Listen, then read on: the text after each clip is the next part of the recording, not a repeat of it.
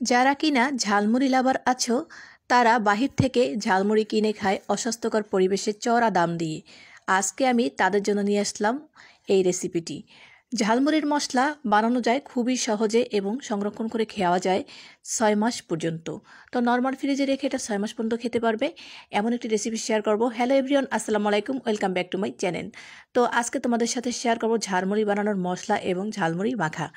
তো আজকে এই মশলাটি কীভাবে তৈরি করে সেটাই আজকে দেখাচ্ছি তোমাদেরকে। তো এখানে দিয়ে দিলাম পেঁয়াজ, রসুন এবং আদা বাটা তেলের মধ্যে আমি। তো এটাকে একটু লাড়াচাড়া দিয়ে মিশিয়ে নিচ্ছি। তারপর এখানে বেশ খানিক শুকনো মরিচ গুঁড়া দিয়ে দেবো, যেহেতু ঝালমুড়িটা একটু ঝাল হলে বেশি ভালো লাগে। তো দিয়ে দিলাম হলুদের গুঁড়া। তারপরে মশলাটা আবার মিশিয়ে নিচ্ছি। তারপর এখানে এলাচ, দারচিনি এবং তেজপাতা দিয়ে দিয়েছি জিরার গুঁড়া, ধনিয়ার গুঁড়া এবং দিয়ে দেবো আমি চাট মশলা আর গরম মশলার গুঁড়া দিয়ে দেবো। তো এগুলো লাড়াচাড়া দিয়ে মিশিয়ে নেব। তারপর এখানে দিয়ে দেব সরিষার তেল। সরিষার তেলটা দিলে ঝাঁজটা কিন্তু খুব সুন্দর আসবে। আর যেহেতু এটা মুড়ি মাখাবো, তো সেজন্য এই তেলটা দিলে কিন্তু অনেকটা টেস্ট বেড়ে যাবে। আর এখানে দিয়ে দিলাম আমি সরিষা বাটা দিয়ে দিয়েছি। তো সরিষা বাটাটা কিন্তু আমি পুরোপুরি বেটে নিইনি, এটা কিন্তু একটু আস্ত রেখেছি। এটা খেতে কিন্তু বেশি ভালো লাগে। আর দিয়ে দিয়েছি একটুখানি পানি, যাতে মশলাটা পুড়ে না যায়, আর পরিমাণ মতন লবণ দিয়ে দিয়েছি। তারপর ভালোভাবে মশলাটা কষাতে হবে। আর হয়ে আসার আগে আমি এখানে কিছুটা ভিনেগার দিয়ে দেব। এখানে সাদা ভিনেগার দিয়েছি। আর ভিনেগারটা দেওয়ার ফলে এটা 6 মাস পর্যন্ত রেখে খাওয়া যাবে, নষ্ট হবে না। ফ্রিজ ছাড়াও কিন্তু এটা 1 মাস পর্যন্ত সংরক্ষণ করে রাখা যাবে। তো একদিন বানিয়ে খেতে পারবে 6 মাস পর্যন্ত। তো এখন ঝালমুড়ি মাখার জন্য আমি এখানে টমেটো কেটে নিচ্ছি। তো টমেটো কাটা হয়ে গেলে নিয়ে নেব আমি ধনেপাতা কুচি করে নেব। তারপরে এখানে কিছুটা মরিচ কেটে নেব।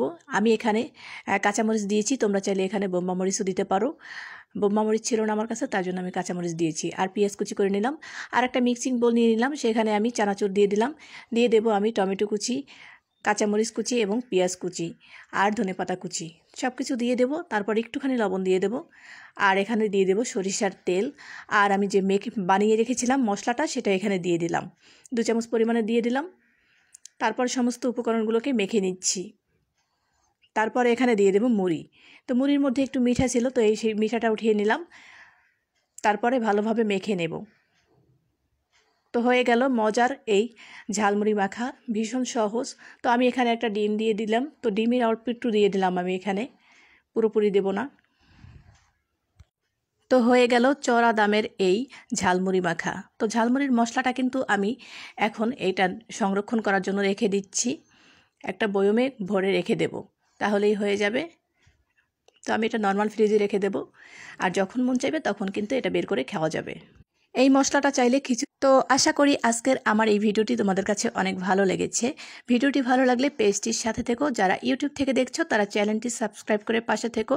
সবাই অনেক অনেক ভালো থেকো। দেখা হবে আবার নেক্সট কোনো ভিডিওতে। ততক্ষণ পর্যন্ত ভালো থেকো। আল্লাহ হাফেজ, আসসালামু আলাইকুম।